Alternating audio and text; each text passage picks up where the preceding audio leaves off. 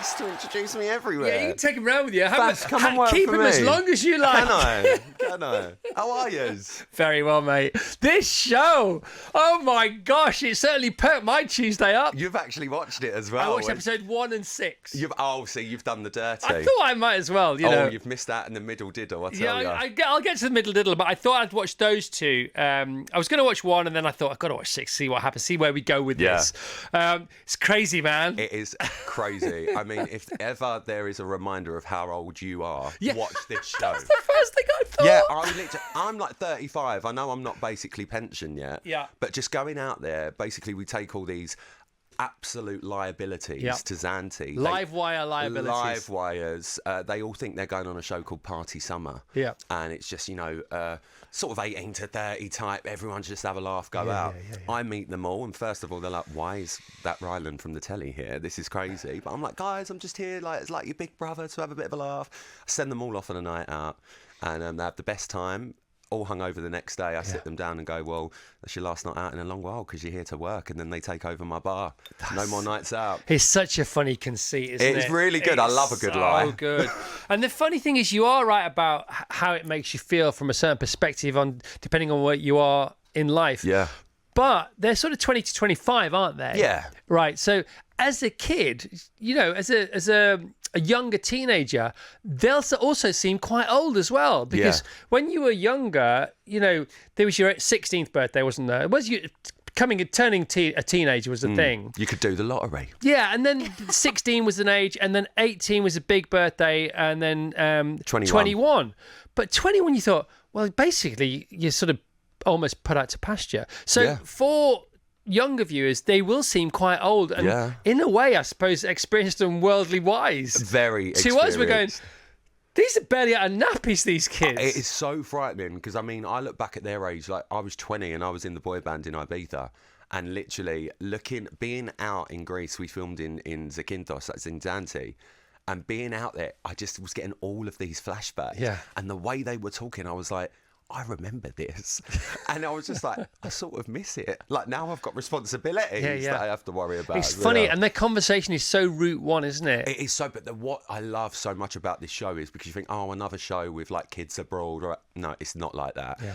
You see this change that happens, and it's so interesting. Obviously, without giving no spoilers, you've seen Ep 6. Yeah. And something happens in episode 6, because obviously there's money at stake. They can win money. 60 grand. Yeah, 60 grand, which to anyone's a lot of money, but especially someone that age, it's a hell of a lot of money.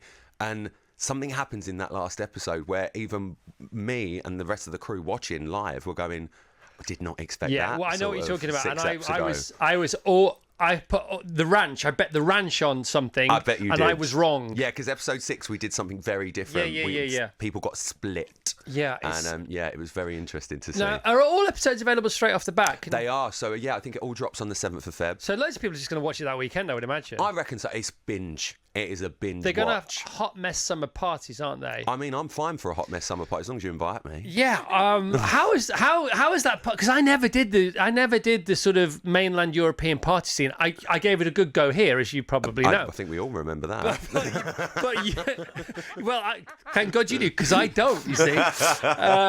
Interesting. But so how is it now compared to then? That particular scene. Now, I mean, like I can only compare to myself, and I never really did that scene apart from work. So I was in the band in Ibiza, so I was working. Just tell us more about that. I was in a boy band called Forbidden with a 4 because we were cool. Lived in Ibiza for a year. Me and the boys, we did the Take That and Westlife show on the island. So like we were basically fake that, and we loved it. Bet it you was went just down so a storm, babe. Honestly, my goodness yeah, me. it was great, but.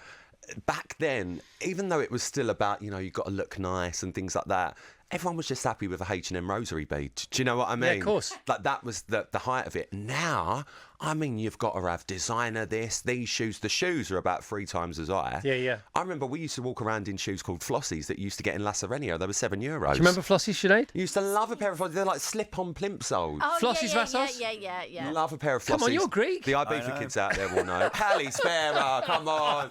What's wrong with you? But yeah, and it's just now everyone looking back of when we used to do Ibiza and stuff like that, we looked like kids. Yeah. Now they all look like they could be 40, married and have 3 kids. It's interesting, isn't it? Because from an anthropological study point of view, all these shows have got a real sort of reason for being, I think. And if you talking about, you had your H&M rosaries and that was enough, but now they look at they want to be a composite of all their favourite influencers. It's everything, and that's going to cost them a darn fortune, isn't it? It really does. Because even the influencers don't have everything. No. And they want to sort of... No one does. They want to pick, mix and match and... Yeah, I think we all do that. I mean, I do that. I'll look at someone and go, oh, I like his hair, then I want that hair. Oh, I like this. Yeah, but you have to see the person in the street, didn't you? And then, once you'd seen what you liked, if that person was in your town that day or you're in the right club and you saw the right gang, you then have to get up the next day and find out where the shops... It was all much slower, the process. And now it's like it's faster than a million miles That's actually what I loved about this show, because obviously they all come into the experience, the girls dressed up to the nines, wearing their best this, their best that, all go and have their night out. Then the next thing they're working in my bar, and I've got my bar manager Lee who's like looking after them and keeping them in check. Yeah. But they're all in uniform. Yeah. So you see all these like guests coming in for what they thought they were going to be doing, basically. Yeah. And it's everyone's on that level playing field. They're the sort of guys, there's 8 of them to start with, and they're the sort of guys that you watch and you think, I'm not going to want to like these people. But you can't help but fall in love with them. Yeah, and we're all human and we've all got our stories. Oh, and believe me, there's a lot of stories on this show. And they come in literally from my perspective from outer space, but of course that's what it's like. It does feel like that's what it's like. But even I was there, I was like, are these kids going to even know who I am? Because they didn't know I was there. Yeah. And as they walk around the corner and see me, I thought they'd be like, who's that woman with the beard? Please say that on all the other interviews you've got to do today. That's so funny. No, I'm keeping it just for you, Chris. And This Morning next week, because you're on This Morning next week, aren't you? Oh my gosh, there's so much to talk about this show. It's so funny though, because I thought that when I saw you enter, now that you've said it out loud, that's what you've just told me what I was thinking. Yeah. I thought, will they know who Rylan is? Because they might be on the cusp of his demographic. Yeah. Of course they knew who you were. But I'm thinking, all right, the clock's ticking. Not in a terrible way. Well, no, but this is what we all... I mean, like, my team, everyone in this industry, like, how do we get through to the youth? I mean, of course. I'll tell you a story. I remember at my management company years ago, a girl came in, an intern, to audition for a job. I think someone at the management company went through everyone, Anne and Dec, me, Emma, blah, blah, blah, blah, and everyone was, and then she was going, no, I'm not too sure who that is. Not too sure who that is. And then they got to me and went, did he do a TikTok as Nicky Graham? And it was like, that was enough. This is what we're dealing with, guys. Yeah. This is what we're dealing with. There is a pandemic of the youth. Yeah. And we need to tap them up. And it's ever faster and it's ever more informative, and it was a real lesson for me watching the show yesterday, because I thought, oh, now I get why mums and dads in 1962 were freaking out when their kids were stealing extra pocket money to buy a Beatles single to play on repeat in their bedroom with the door locked, and why mum and dad thought this may be the end of the world. Yeah. And because it's all the same. It's all the same. I've got a niece and nephew, and they're 23 and 19. And, my niece has got a boyfriend now. My nephew's been with his girlfriend for 2 years. And I'm like, I'm sat here divorced. What's going on? I'm going backwards. What's going on? It's just people are growing up quicker, or we're just getting really old, Chris. Yeah, well, we are where we are. I think the rate of acceleration is always the same. I don't know. I think it's a lot faster these days. I didn't look like that at 19. But that's what our mums and dads said about us, and that's what their mums and dads said about them. That's what I mean by that. I mean, my mum looks younger now than she's ever done. She's having her teeth done as we speak. Should we get our teeth done? Mine are too yellow. I can get you a good deal. Can you? I bet you can, Well, it depends if you think this is a good deal. I think it's a great deal. You're amazing, man. You're amazing.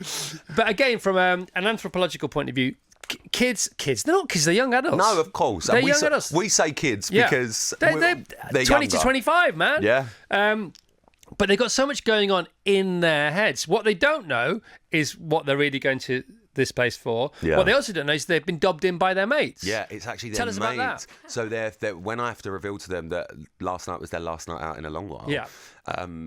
There's that blow. Then I tell them they're going to be running the bar and working. There's that blow. And then I say, the reason why you're here is this. And then they all have to sit there, unbeknownst to them, that their friends and family are sitting there going, you know what, we're just fed up with your attitude. You go out on a night out, you ruin every night of ours, so we're sending you here. You need to grow up. Yeah. And one of the contestants walked out straight away, disowned all their friends, wanted their phone back to ring them and have a row down the phone. Yeah. So there was that whole chat on camera, like, are you sure you want to leave? All right. And you'll have to watch the show to see if they ended up staying.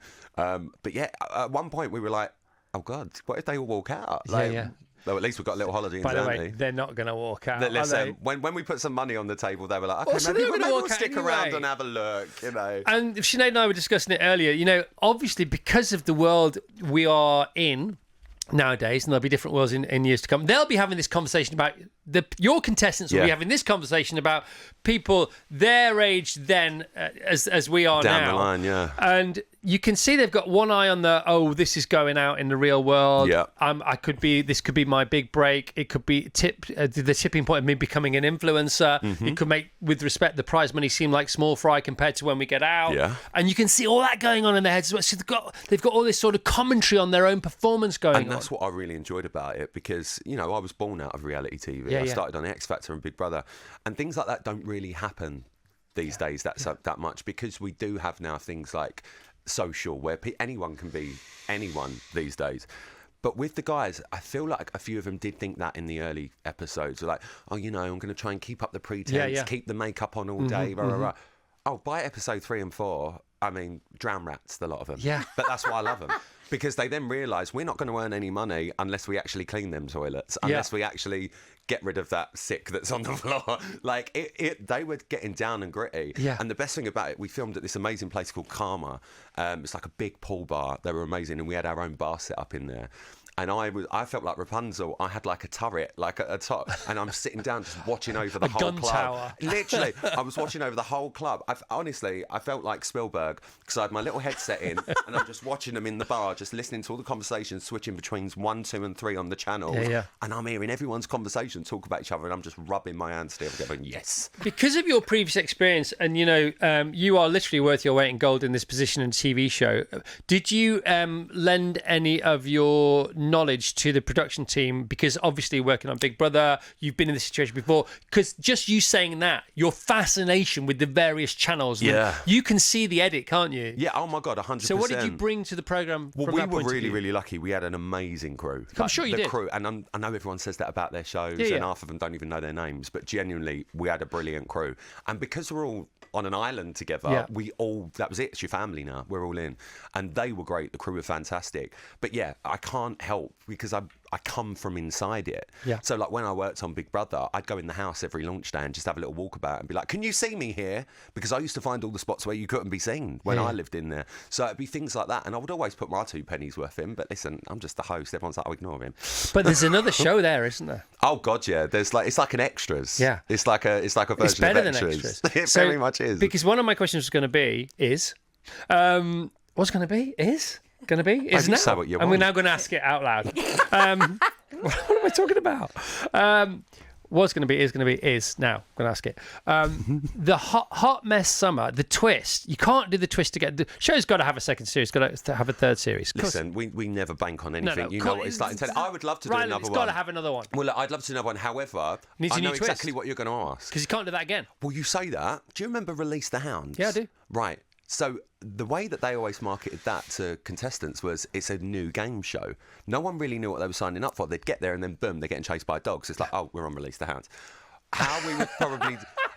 there have been discussions. The dogs give it away. It's like, oh, there's dogs in muzzles. We're going to die.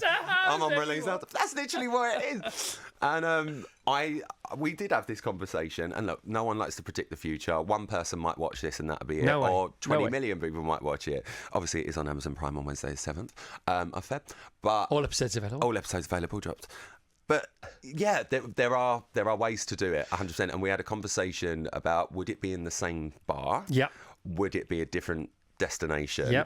And now they wouldn't be able to see me straight away, because then they'd know. Yeah. So it might be a case of put them all in somewhere, they all meet each other, and then, all right. Unless you are the lady, they know. The lady with the beard. Yeah, lady you don't with the reveal back. your identity. Bearded for a lady's while. back. You can hear my teeth chattering as I walk up the drive. By the way, I'm not going to come empty-handed to the ideas party. So here's an idea. Right, come on, I want it. Come on, you're Mr. TV. I want to know. So you have the 8 contestants, or however many you want. Okay, right? I've got them. And they are the bright young hot mess, potential hot messes. Exactly what we want. Right. What the production team don't know. Oh, the production. Okay, yeah. What the production team don't know. Jeopardy. Is that the 8 contestants are in fact TV experts. Right. And they are themselves producers. Right.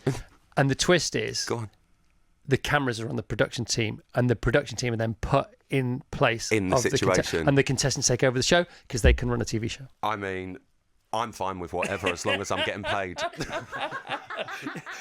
You're the umpire regardless. Babe, at the end of the day, that payment went through before the contract was signed, so I'm fine. But we all know this other show happening, and so wouldn't it be fun to twist Listen, I think if we're lucky enough to get a second series, and believe me, the way that TV and streaming is these days, nothing's ever taken for granted. But if we were to do it, there are definitely contingencies. Okay, I'll write you a shopping list of 10 things you could do. How much do you want? And nothing. 0. He says that on air. No, seriously, I can't. If I'm doing it for money, it won't be like it. If I'm doing it for free. I'm either full price or free. And I'm not going to insult you with a mates rates offer. I ain't going to charge you full price because you can afford it. So it's got to be for free. I mean, I would offer you a car, but you've already got the Cinch dealership. Cinch.co.uk. We love you, Cinch. Come on, Avril. January, February, March, Avril. We love Av. Yeah, cool, man. It's so weird to be in like studio and it's like Cinch everywhere. I love it. Because the last time I was here, I don't think the Cinch deal had been done. No, but part of you being here was us getting it over the line. It's obviously, babes. That's what I do. Good show. Could potentially be a great show. We'll see. All episodes available from the 7th of Feb. It's called Hot Mess Summer. On My Amazon goodness Prime. me. It's ridiculous. It's ridiculous.